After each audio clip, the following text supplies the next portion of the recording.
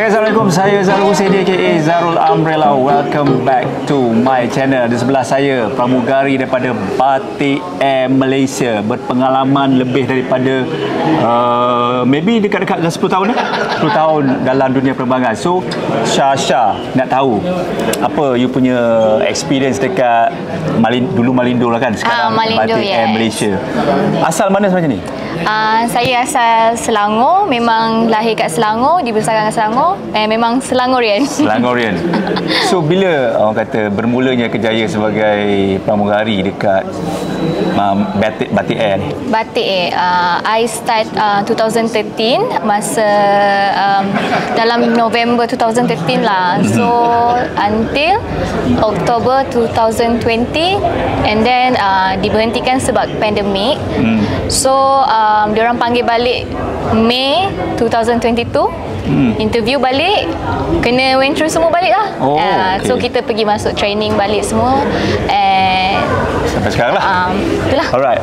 Okay, selama kita ambil di Malindo 7 tahun dekat Malindo kan. 7 tahun.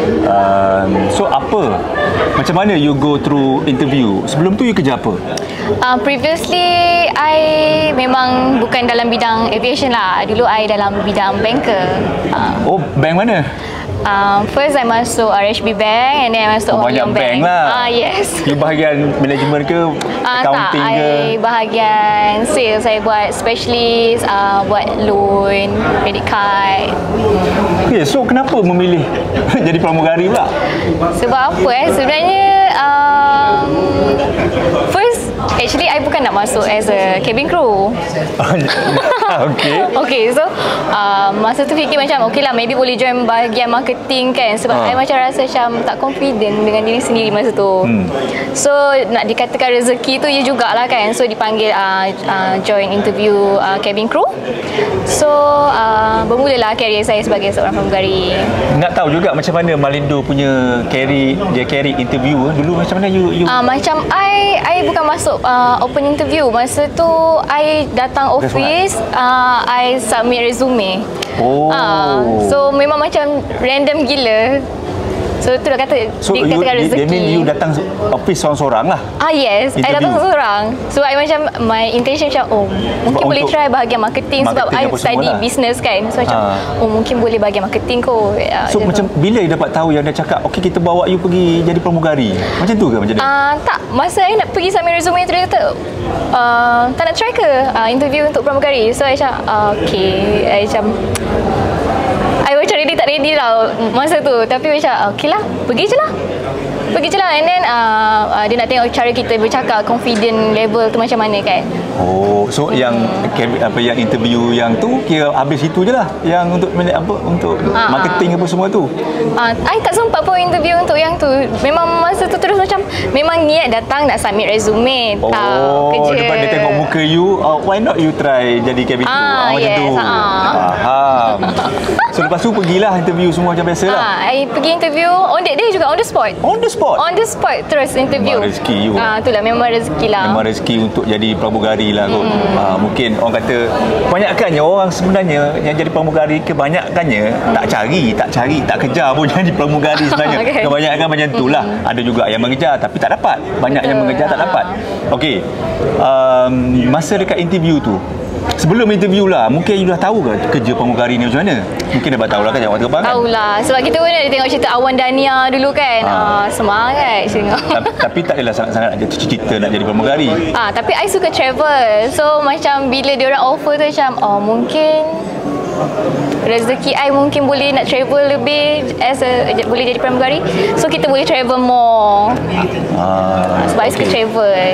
Okay, bila bercakap pasal travel ni, jadi pramugari, you kena tinggalkan keluarga, tinggalkan family. You dah family dah? Dah ada kahwin ke dah? Used to lah, pernah berkahwin. Ada anak? Ada. I ada seorang anak. So masa jadi pramugari tu, mungkin tinggalkan anak apa semua, itu ada satu cabaran pada you ataupun you boleh manage apa semua? Cabaran tu of course lah, akan rindu dekat anak kan. But then I manage to handle, and anak I pun dia memahami. So dia tak ada macam banyak kerena ke apa. Okay, so far okay. Okay je lah, so far. Alright. Kita nak cerita pasal experience you dalam masa you menjalankan kerja sebagai seorang pramugari. Apa yang orang kata pengalaman yang you rasa paling best sekali lah, yang boleh cerita dekat anak cucu besok ni? Paling best I rasa first I dapat buat umrah. Sebab kita orang ada buat charter flight pergi buat umrah. So masa tu memang best lah. The whole set crew ada dalam beberapa orang je yang pernah buat umrah daripada luar kan. So yang diorang yang dah ada tu, diorang kumpulkan buku-buku untuk study tu. So one night tu kita orang study together, buat macam mana cara nak buat umrah semua. And then memang I rasa macam best lah, masak-masak kat sana semua. Crew, forever crew kan, ada je dia punya Crew lounge lah. So and then second one is Samoa. Samoa is best. Okey, yang Samoa ni you jadi kru dekat sana, you bersama-sama kru Samoa yes, gitu. Kita gabung kru Samoa dengan kru kita lah. And then kru Samoa ni pun it's not only Samoa people, ada yang Italian.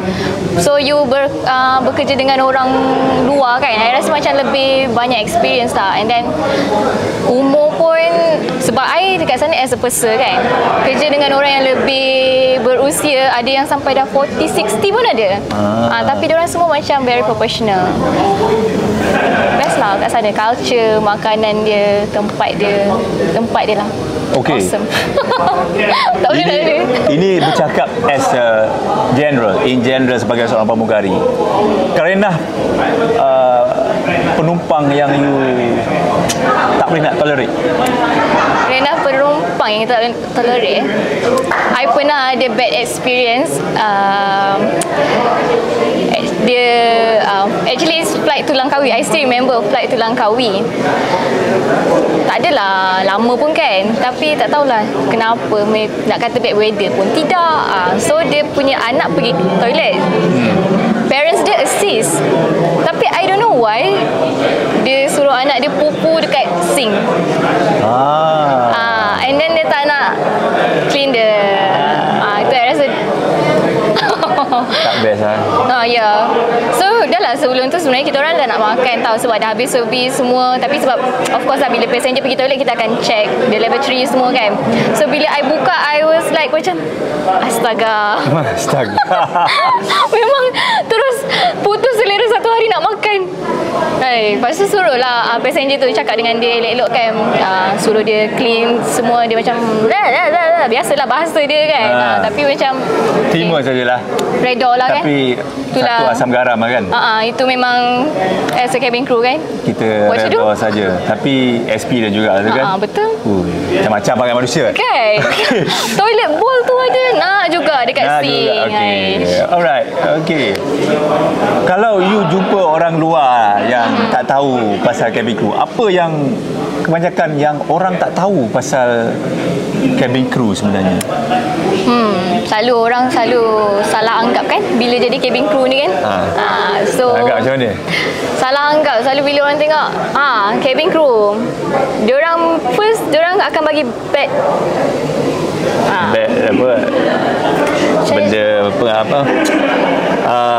gambaran atau persepsi. Yes, persepsi yang buruk. Diorang cakap pramugari ni kerja macam ni, layan sana layan sini.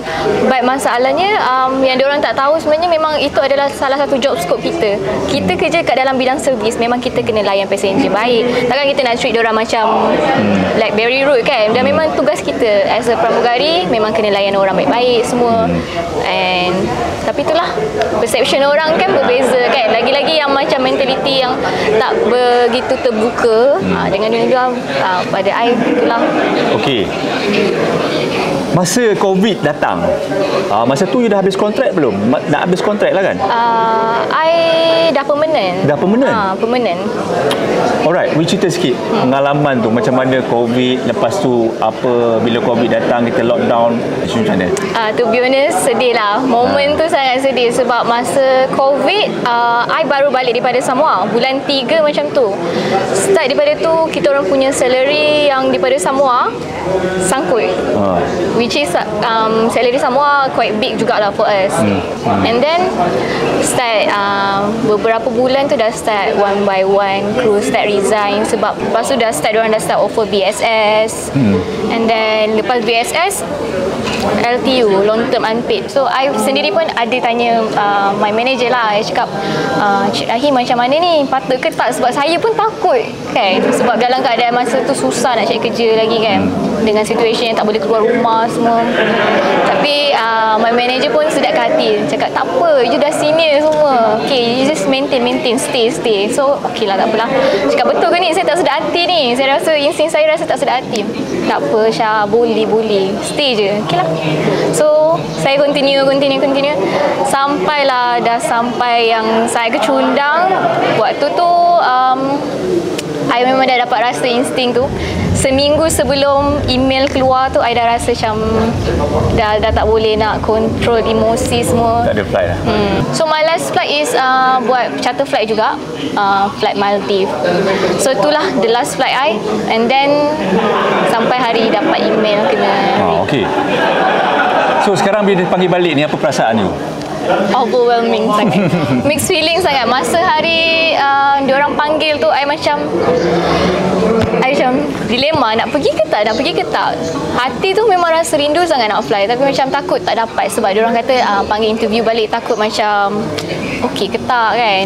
Tapi macam myself, memang masa fly memang tak ada pernah MIA sepanjang flight semua kan. Memang banyak so far dapat compliment lah instead of complain kan. Sebab I memang sukalah serve orang semua, jumpa passenger pun borak huha-huha kan. Itulah. So masa dapat email tu panggil interview, I just go, tapi macam tawakal jugalah, macam kalau adalah macam tu lah. Adalah, tak adalah. Tapi macam of course kita berharap kan. Mula manager cakap dalam masa terdekat ni, dalam 2-3 hari ni kita akan bagi tahu email. Tunggu juga, kenapa tak ada ni, tak dapat lah kot. And then after 2 weeks baru semua orang dapat email panggil balik. Macam ya Allah, rasa nak menangis masa tu, macam dah bergenang dah air mata. Tapi macam okay lah, alhamdulillah dapat balik. So pergi masa saya dapat tu, tak bagi tahu orang pun sebab saya macam takut, macam rasa macam kan nanti kan ada benda lain jadi tak jadi kan. Sampai dah start kelas, dah start SNY semua, macam okay lah, baru share dengan orang. Okay, yelah, kalau kita sayang kejayaan kita tiba-tiba diberhentikan, apa tu, kita orang kata terpaksa berpisah seketika demi memberi laluan kepada COVID-19 ni kan. Betul. Tetapi macam you cakap lah, macam kalau kena kat saya pun overwhelming lah. Macam-macam rasa. Saya depressed juga. Saya sampai berat badan turun kejap, naik turun. Of course lah. Okay, tak apa. Best moment dekat Malindo or Batik Air Malaysia? Best moment macam banyak je. Macam share banyak. Lah 1-2. One of best moment I itulah I dapat buat flight, charter flight, buat flight Samoa. Lagi? And then kita dapat serve passenger yang macam saya cakap You lupa satu best moment you panggil balik lah. Yes, my best moment is I dapat panggil balik. Yes, Dan betul. I rasa bersyukur gila-gila sangat. You are the pioneer of Batik Air Malaysia. Yes, betul. Tu bila diorang panggil balik macam okay. Janji dapat fly betul.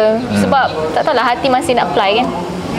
Okey, mungkin last lah ucapan kepada rakan-rakan ataupun bakal-bakal penumpang Batik Air Malaysia. Okay. Hai semua. So I harap dapat jumpa korang dekat on board. For sure I akan treat you very well. Jangan risau. I memang akan non-stop layan korang, popek-popek ke apa. Kalau long flight memang usually memang tak tidur. Pernah ada passenger tegur, cakap you daripada tadi macam ni je. For those yang nak jadi cabin crew tu, go for it. You will enjoy. Trust me. Okay, terima kasih Sasha. Okay, thank you. Bersama-sama saya untuk video kali ini. Terima kasih kepada anda yang nonton. Kita jumpa lagi. Kepada yang belum subscribe, jangan lupa untuk subscribe. Okay, jumpa lagi di video yang akan datang. Assalamualaikum.